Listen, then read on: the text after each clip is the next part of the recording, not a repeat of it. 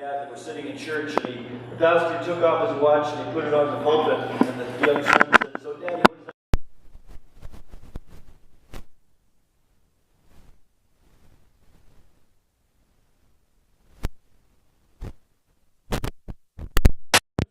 Tell you a little bit about what God is doing in Ukraine. We can go at great lengths about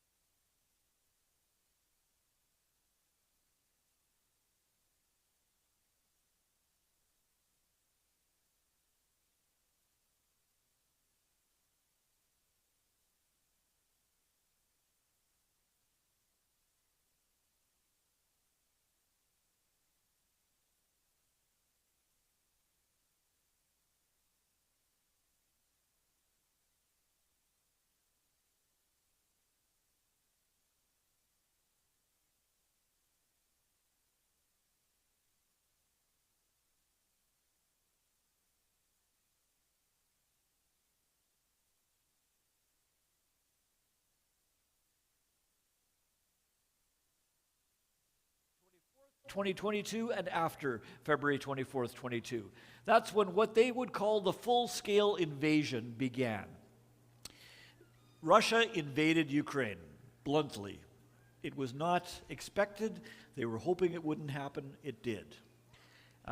There's daily attacks that continue. I was talking to some folks last week, and they said in the last week before that they had up to 17 air raid warnings per day and night. It's continuous.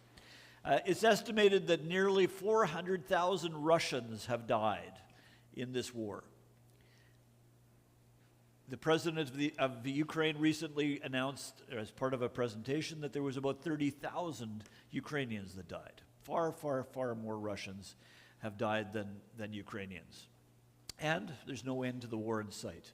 So it is a crisis. The war began not in 22, but actually in 2014. That was when Ukraine was invaded by Russia. They annexed Crimea. Full-scale invasion happened in 2022.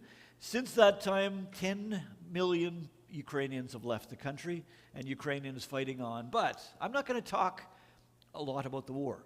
I want to talk about the ministry that's happening.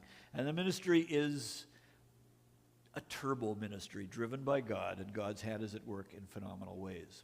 We've had a privilege of visiting Ukraine a number of times, and this is the one time that I actually got to go to the Mennonite area. This is the village where my father was born in the south of Ukraine. It's now occupied territory. The Russians have taken control of this area, and it's occupied by them. I'm privileged to have a heritage of faith. My ancestors went through 5 different countries: Netherlands, Poland, Ukraine, Mexico, and Canada for 14 generations, going back to the earliest one that we can trace back is a fellow that was a grain trader in Amsterdam, was born in the year 1479, and went various places largely because of faith. We're privileged to not just visit Ukraine, but have friends there, and to be able to spend time with believers in fellowship, and it's just very, very sweet. Traveling to Ukraine is a little bit of a challenge. It used to be you fly into a nice airport in the city of Kyiv. It's not Kiev, it's Kyiv. And we fly in there. You can't fly there unless you're delivering a fighter jet. Now you fly into Poland or surrounding countries and then take land transportation to get there. And it's fairly normal to take a night train. And we've been privileged that wherever we go, we have friends that meet us, no matter what time or night. Yep. We get there at 3 o'clock in the morning, and they're standing right in front of the platform waiting for us. They're not just on the platform. They're in front of the door where we step off the train. They've been told ahead of time by the people that put us on the train where we're going to land. This is a lady, her name is Tanya, and she has 2 little girls. And a year ago, on April the 1st, right, her husband was killed in the war. She is a very good friend of all the people that we work with and support in Ukraine, and it was a devastation for not only her, but all the community as well. And she's had to live with this now for almost a year, and it's been really, really tough. We were privileged to go there last fall, and I brought some things from Canada. Believe it or not, ring pops are very popular there because they've never seen them before. So if you got kids, you know what a ring pop is. It's a lollipop on a ring. So the little girl said, diamonds. She didn't know what to do with it at first. She was very impressed that she could eat it. But yeah, for us, like we have been going to Ukraine for many, many years with missions. We made the choice to go into a war country. People told us we're crazy. But we look at these people that are living this war. They live with it every single day. And for us to be there for a short time, our risk is, there's a risk, but it's not huge. We travel to areas that aren't really in the main target area of Russia right now. But it changes. It changes daily. Like the first time we went down to Ukraine, we were supposed to go there on a Monday. They attacked Sunday night extremely, and we changed our plans and didn't go until Thursday. So we try and make choices, but we also know that we have a sovereign God, and for us to be here on earth is to serve him, but if we die, we go to heaven. So we've talked about this. We've talked about it with our children and grandchildren, and we feel that we are in the center of God's will when we do this. It's a different kind of travel. You know, we're used to buying the cheapest tickets we could get. What we do now is we buy tickets that are fully refundable because we need to be able to change them. We normally buy travel insurance. Regular travel insurance doesn't cover anything in Ukraine. You have to buy war zone insurance if you want insurance. And it is available, but there's one company in North America that sells it. That's it. So it's a different perspective. We've regularly asked the people in Ukraine, why should we come? Not to say you need to convince us, but to say we could send you $10,000 instead, or whatever amount of money. Like, wouldn't that be more useful? And they've told us on a number of occasions that, I've said, well, I'm actually not that good of a speaker. And they said, yeah, you're right, you're not. And that's okay, I don't take offense with that.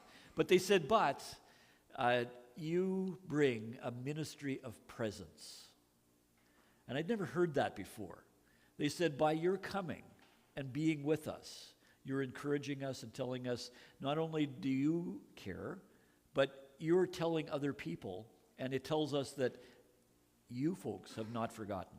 And that is so important to them, to know that you here care about them as believers that are there and are praying for them. If they have one prayer request that they make over and over again, yes, they want the war to end, but they would say, pray that we would not grow weary of doing good.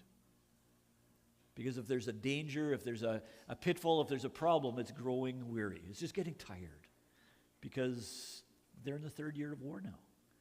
And it's hard, but it's exciting. There's Christian camps in Ukraine. If you went to a camp in Ukraine, and we've had the privilege of visiting a number of different ones, a lot of them pretty much look like Rosa River or Red Rock or you name the camp.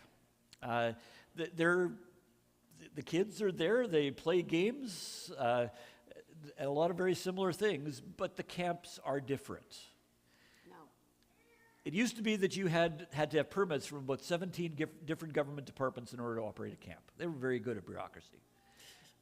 Now you go to one office, and it's the military administration, and you say, can we do a camp? And they say, they'll have a question. They'll say, do you have a bomb shelter? And do you have a generator? And if you do, you can do a camp. So it's very simple. Now, a bomb shelter could be a church basement. It happens. A lot of the camps took in and continue to take in refugees. So the group on the left-hand side, that's a group of farmers from the Kherson areas to the south of where the Mennonites were. These farmers had all their land stolen, all their land taken, all their tractors went to Chechnya, and they bought their grain. The Russians came and they bought their grain. They bought it with counterfeit money, so it was worthless. But it was at gunpoint. So they're, it's not just the cities; it's the farmers. They're trying to now clear the landmines from some of their land. They're dodging unexploded missiles with their combines when they harvest. Things that we just never imagined here in what they're doing. But the camps took in people. They've been operating for many years, but they've changed. Normally, we would have somewhere in the range of 600 camps. This past year, we had 450, a bit more camps. We trained 3,000 camp leaders, and we had over 50,000 children involved in Christian camps this past summer. And we're expecting this year to be close to 4,000 leaders that will be trained and about 55,000 campers that will be put through the various camps that are happening. God is using this in a major way. But one of the biggest things that's changed is that the counselors and the staff need training in other skills. And they're young. 90% of the camp workers this year are new because a lot of the others are at war and doing things. But God is equipping the camps with new leaders. But one of the things that they now need is skills in how do you handle trauma? How do you handle the effects of war in the campers? So there's a lot of time spent in training them in those things. These are just some of the camp leaders that we've had This is a past conference.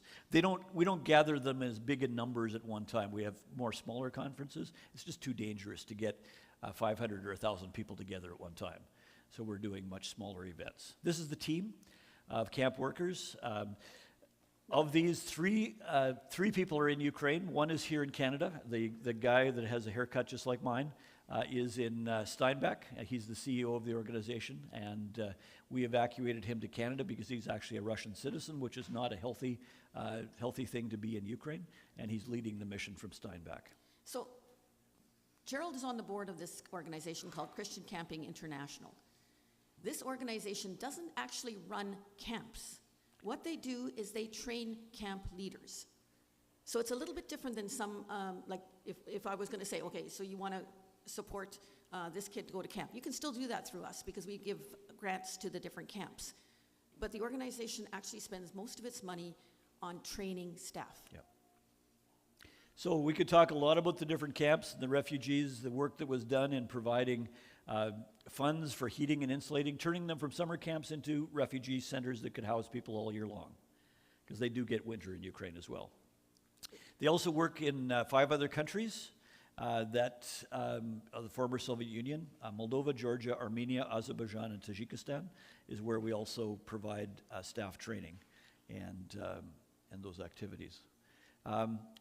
There's a lot of other missions that we've had an opportunity to interact with. One of them is called Shelter. It's in an area in central Ukraine, and they do phenomenal things in youth ministry. This is their Christian soccer club. They have over 300 children that are involved in their soccer teams. It's like Youth for Christ on steroids.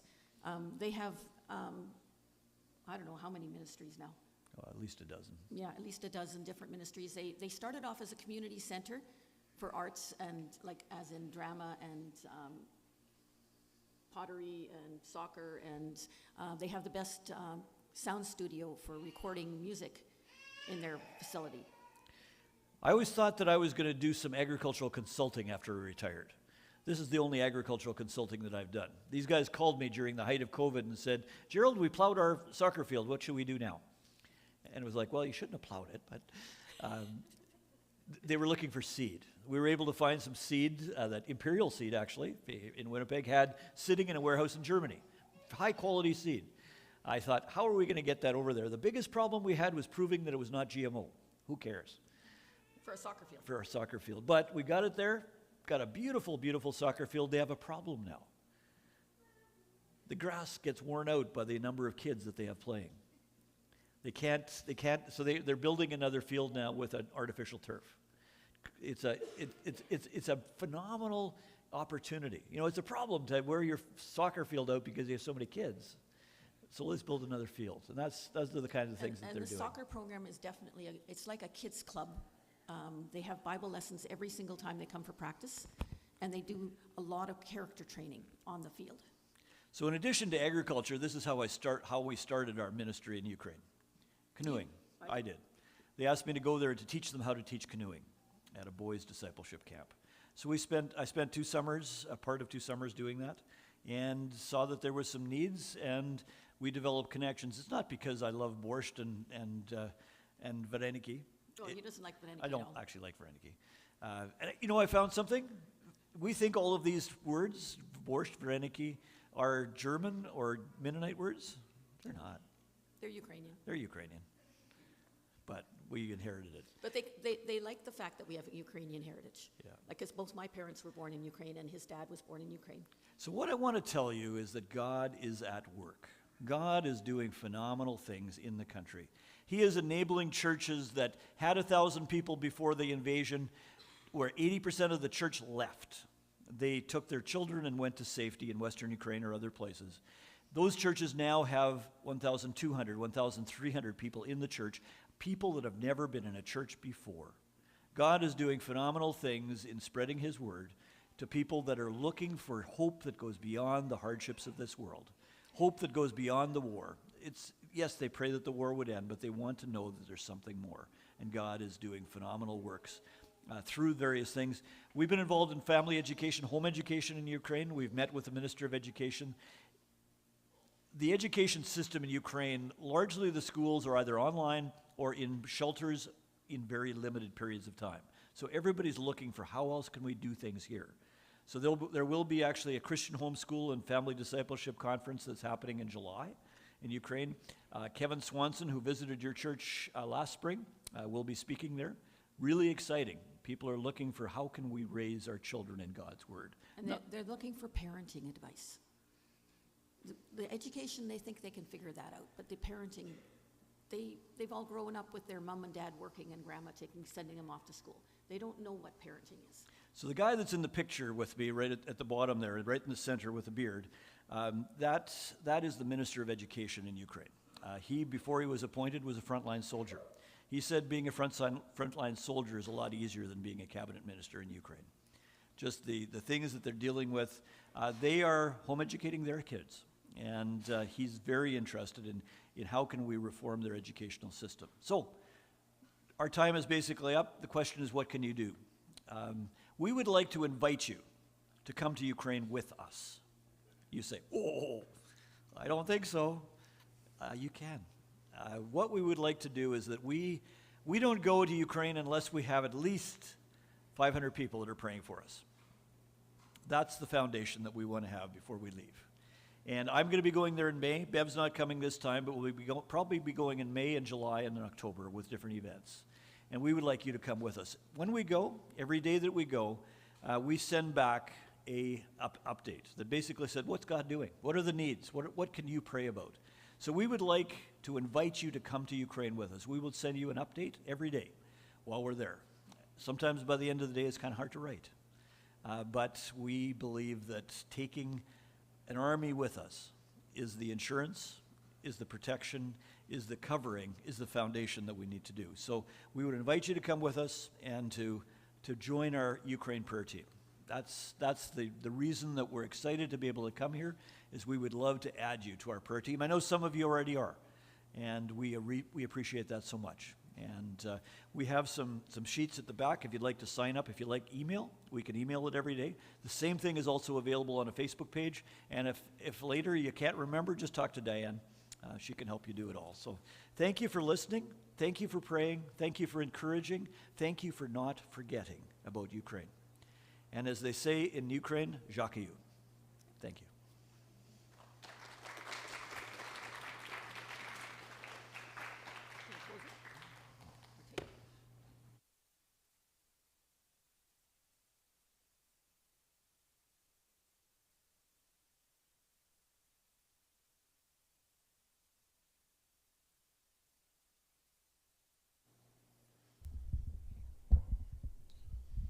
Thank you, Gerald and Diane, for sharing that.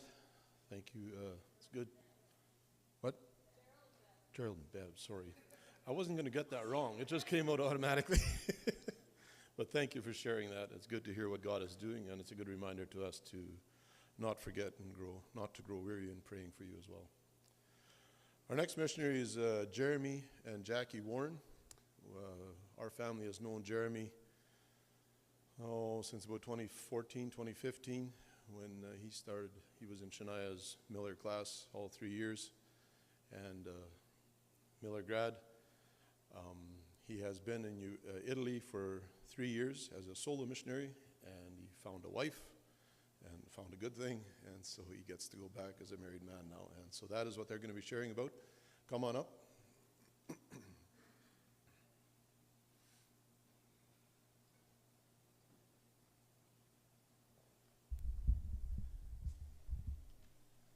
can have some height discrepancy. Are you both talking? Yeah, but it's good. I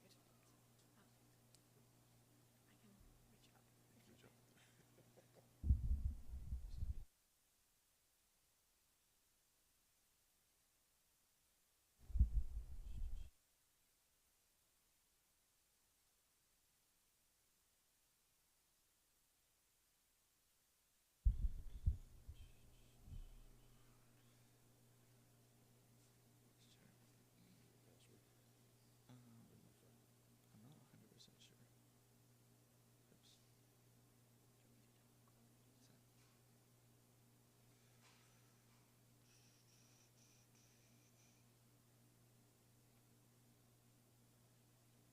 I think it should be here. No displays. Is it easy?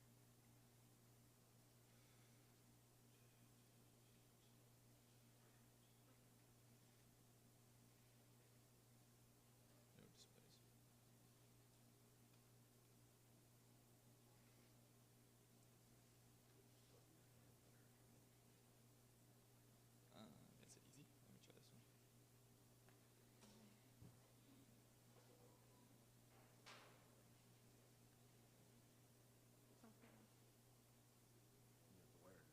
Sure. Yeah, that works.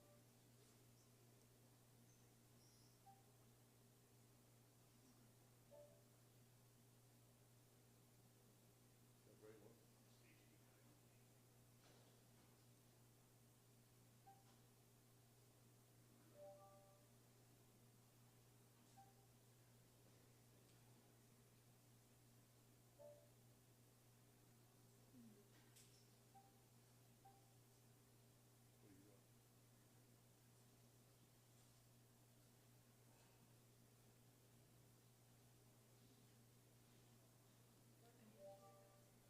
Yep. Oops. I don't do this very often.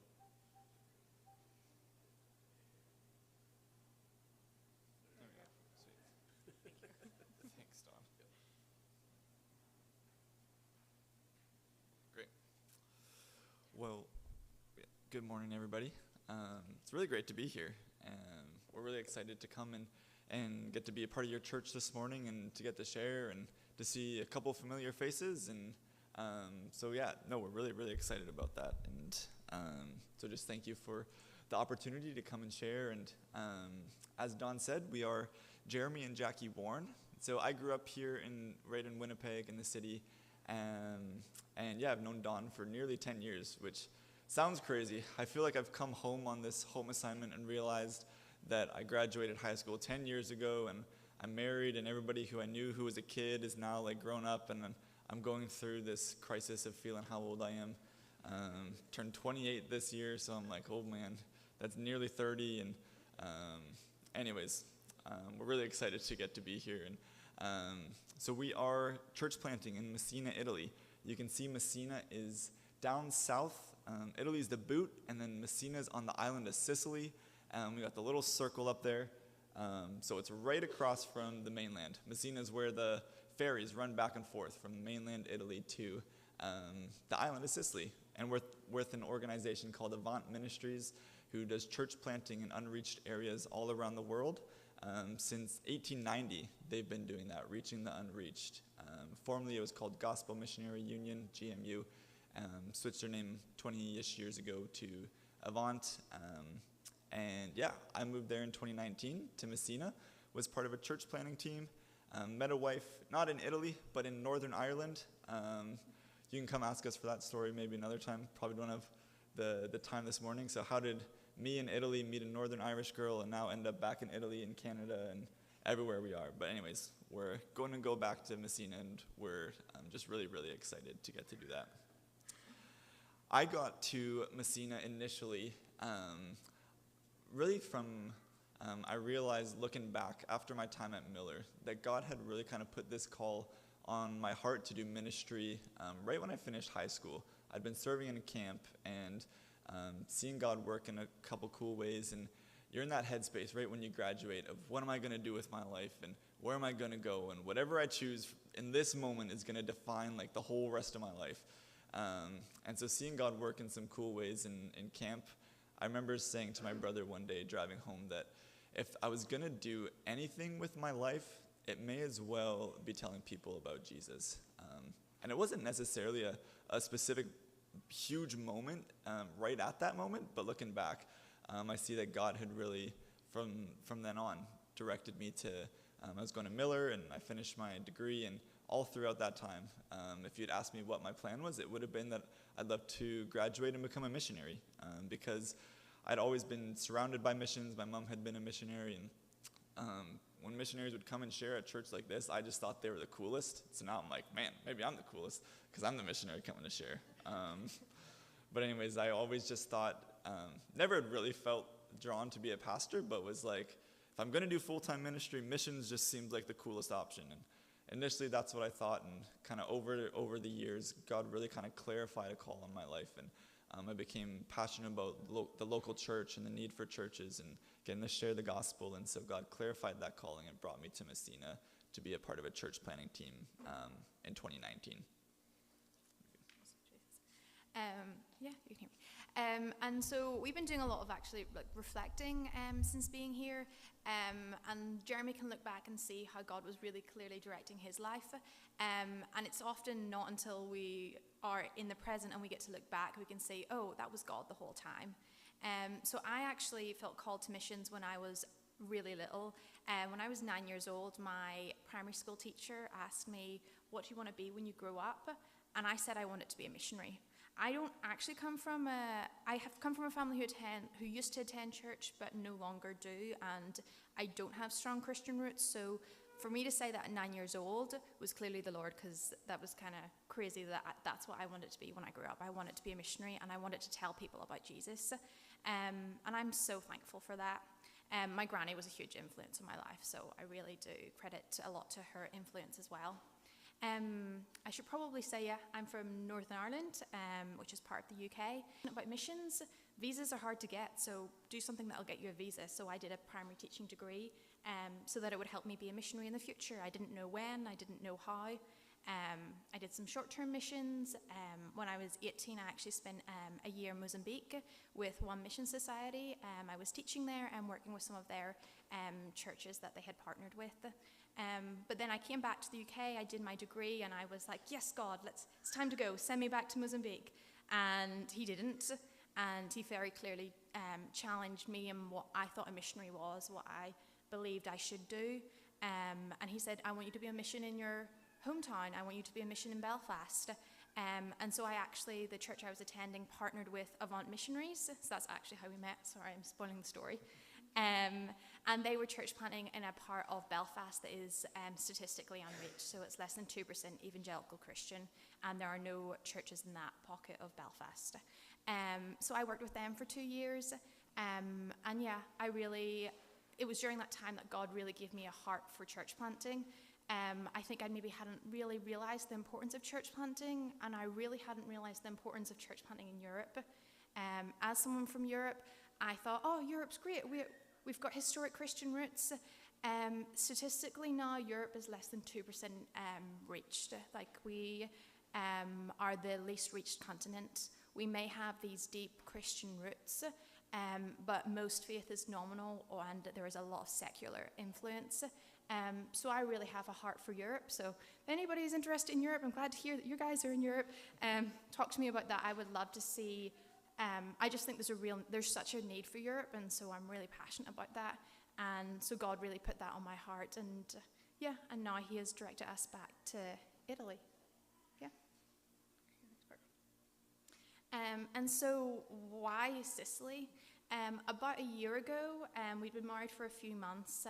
Yvonne asked us to take some time together to discern where we should go. We shouldn't just go back to Belfast because that's where I was. We shouldn't just go back to Italy. That's because that's where Jeremy was. We should really pray and discern as a married couple, where was God leading us. We spent some time praying and seeking God and what were our gifts. How could He direct us? How could He use us together? And it was during that kind of prayer retreat we really came out and realized that we both love working with kids and young people. We both have a lot of experience with that. We both love using sports to build connections and relationships. But we're so convinced in the importance of church planting because we believe the church is God's primary way of reaching local people. It's through the local church. And so we hope to work with kids and young people in Sicily, but that will always be under the umbrella term of planting a church because we want to see people come to know the Lord. But if there is no local church, then they can't grow and develop in their faith. And so that's why we're so convinced in the importance of church planting. I'll let Jeremy talk a little bit about Sicily. So Sicily is a really unique place because there are these really deep historical roots with the church, and the Vatican, of course, is in Italy. I guess technically not, but it is in Rome. But there really is this mishmash of secular ideas coming in and just nominal Catholic faith, but also just a really spiritual climate where the classic response, if I were to ask any young person there, like what they believe or do they go to church, would be, yeah, I'm definitely a believer, but I don't go to church. And I would say 95% of people I ask, that's what they would say. I'm a believer, but I don't go to church. And so there just is this association with church, this idea that because I'm Italian, I'm Catholic, and I'm covered, but there really is a lack of any biblical knowledge or personal faith. And practically, how we've seen faith kind of expressed is through a lot of superstition. There's deep belief in still in like spiritual things and in karma and in spirits and warding off evil spirits, all these types of things. And a lot of what I did was outreach through doing sports. And there was this one, the first season I was there, we'd gone through this stretch where a couple people were injured and we'd lost a couple games. And the chatter in the group chat was who would come around and curse our team.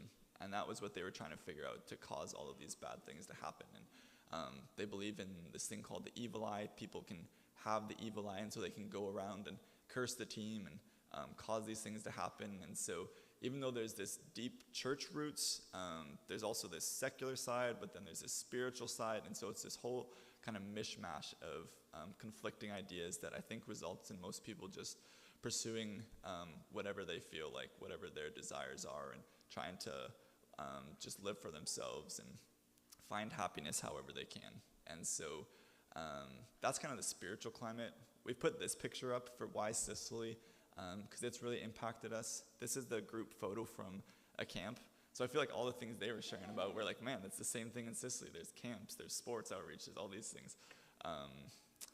So this was a camp that was put on by, it was a couple churches that collaborate and a couple different missionaries. So our church group, we helped run this camp. There's some missionaries from YFC who help also put on this camp.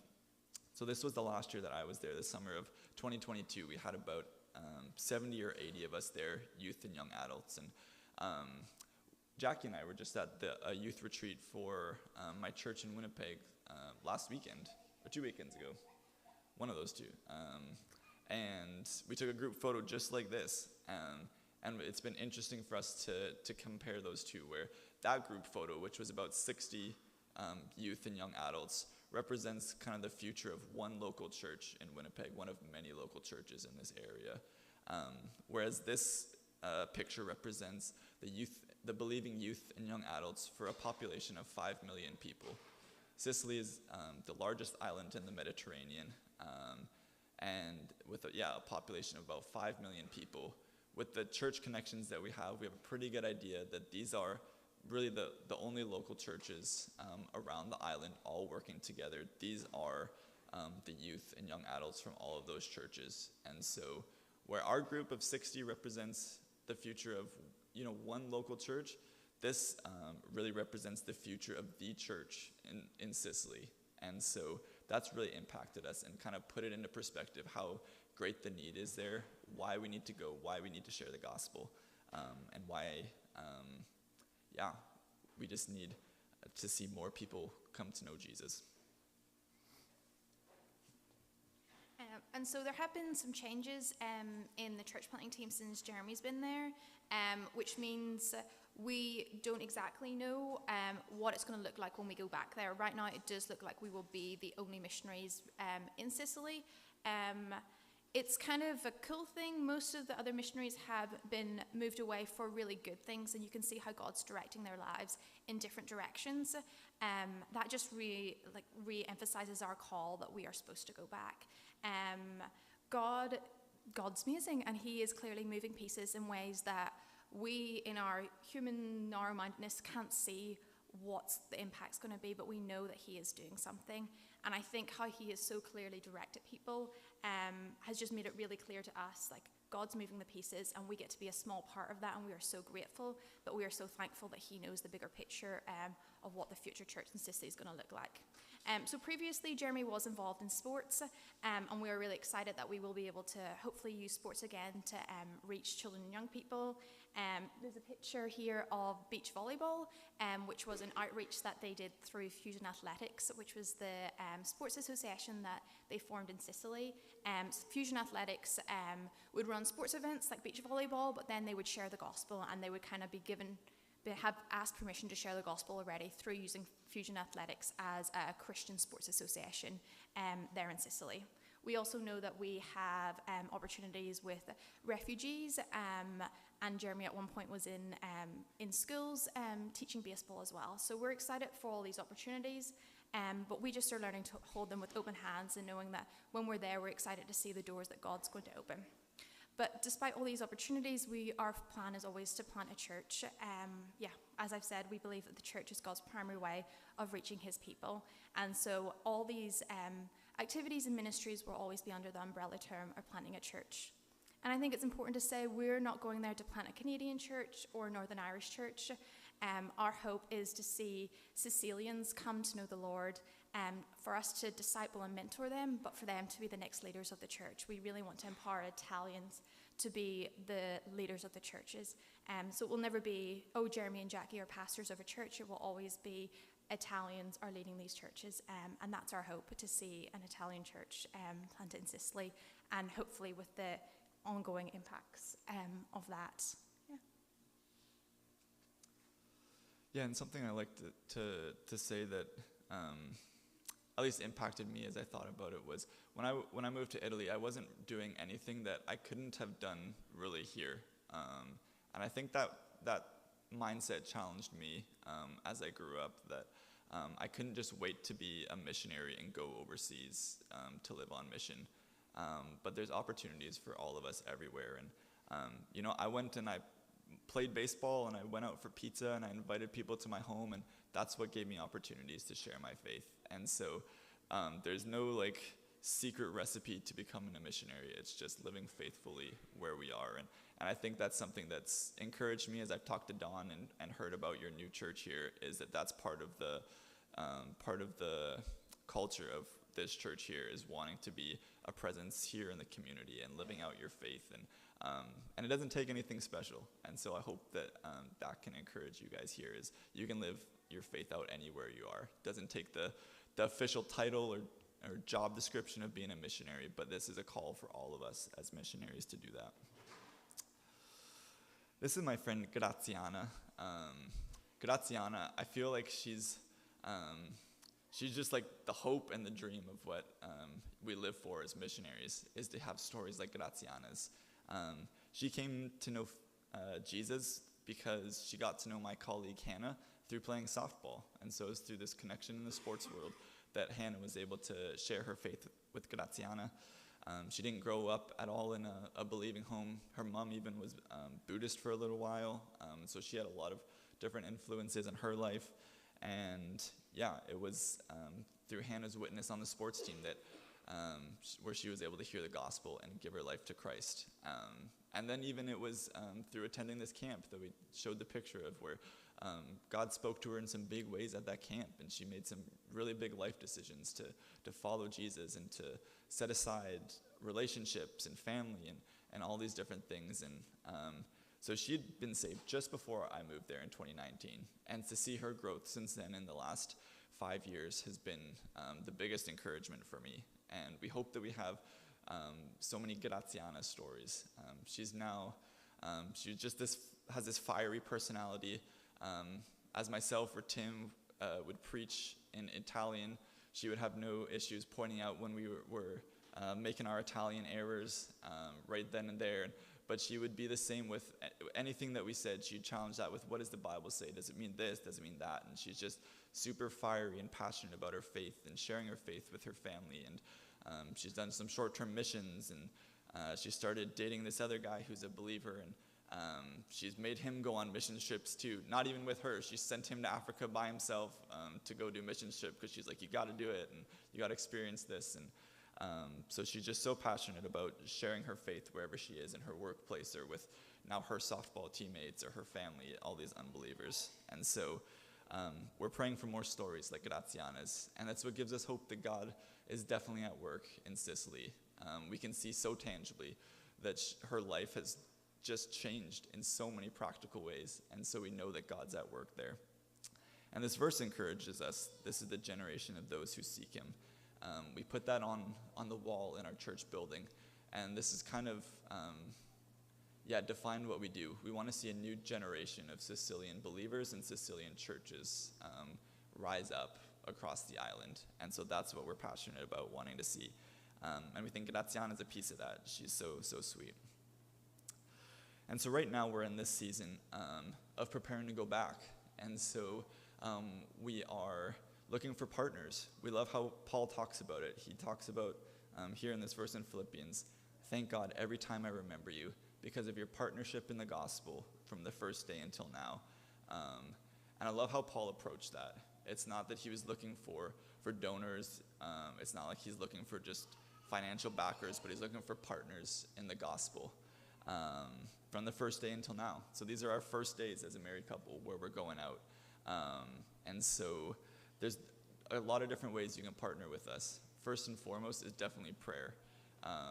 We need prayer because, stories like Graziana's absolutely are impossible without prayer. There's no way that we could ever accomplish some sort of life change like that, but it's just through the Holy Spirit. It's just through God at work in someone's life that those stories come about. And so we need people to partner with us in prayer and to be backing us with prayer. And we do need, if you're interested in that, come find us afterwards. We got prayer cards. We have a Facebook group with regular updates. We send out regular email updates as well, so you can come get on those, and then you'll be just informed as to what's happening in the ministry and how you can pray for that. We are also looking for financial partners. In order to go, we need to have our finances in place, and so we need one-time gifts to help with all the costs of getting over there and setting up. And we need people who can commit to giving regularly as well. And so that's how our organization approaches it, is we have primarily monthly supporters who give, which is what allows us to be there. And so we would invite you to just prayerfully consider. If God's putting that on your heart, we would be so honored to talk to you about it. And obviously, we're not here to pressure anybody or anything like that.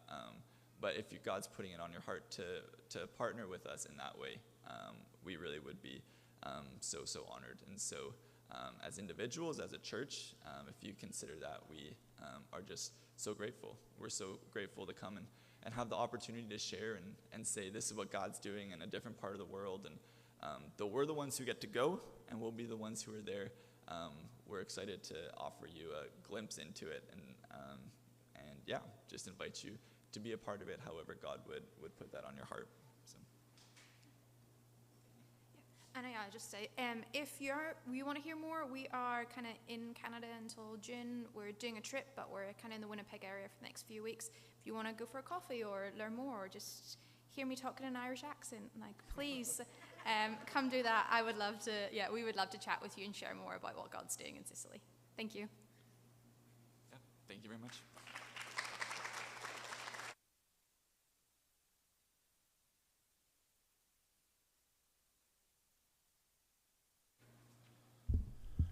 thank you guys for sharing that, and let's take it to heart. Let's pray for them. Let's consider supporting them, and it's good to hear that God is working. We've seen him work here in our church, and he's working around the world. It's such a big picture, and it's beautiful to see.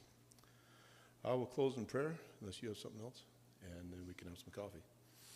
Heavenly Father, we thank you for this day. We thank you for the good news of the gospel. Thank you for those who are willing to go. And I just pray your blessing upon them. Ask that you would continue to open the doors and pave the way and provide for their every need. Thank you for this morning, for the opportunity to worship together, prepare our hearts as we go into our service. In Jesus' name, amen.